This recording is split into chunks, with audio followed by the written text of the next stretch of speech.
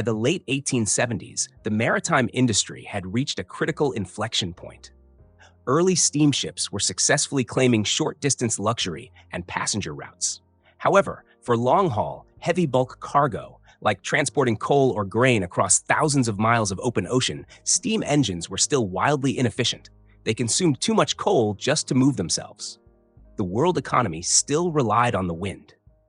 But to remain profitable against growing steam competition, sailing ships had to maximize cargo capacity while minimizing crew sizes. The traditional solution was to build massive, three-masted wooden or iron vessels. But 3 masts had a mechanical limit. The sails became too large for a small crew to manually handle. In 1877, Scottish shipbuilders proposed a radical design departure. They would add a 4th mast.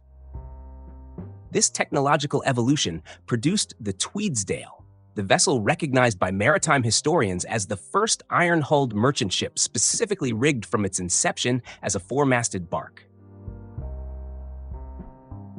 The Tweedsdale was built at the Clydeholm Yard in Glasgow by the engineering firm Barclay, Curle & Co. and launched on April 18, 1877. She was commissioned by the shipping firm J&A Roxburgh. To understand her unique place in history, you have to look at her dimensions. The Tweedsdale measured gross register tonnage 1,460 tons, length 244.4 feet, beam 37.4 feet, depth 22.6 feet. Because later 4-masted barques built in the 1880s and 1890s regularly exceeded 2,500 to 3,000 tons, the Tweedsdale holds a distinct historical record. She is the smallest 4-masted iron barque ever built. The 4-masted barque rig was pure engineering efficiency. The first 3 masts, the fore, main, and mizzen, were square-rigged, capturing maximum energy when running before trade winds. The 4th mast, the jigger, was fore and aft rigged, behaving like a modern yacht sail. This configuration broke the total sail area into smaller, more manageable sheets. Consequently, the Tweedsdale could carry massive amounts of freight while being safely operated by a remarkably small crew, drastically cutting operational costs.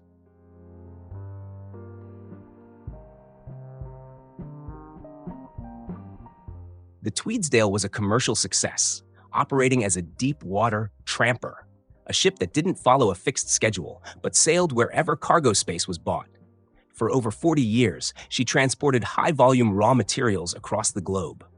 Her typical manifests included carrying jute from India, guano and nitrates from the Pacific coast of South America, and wheat from Australia back to Europe.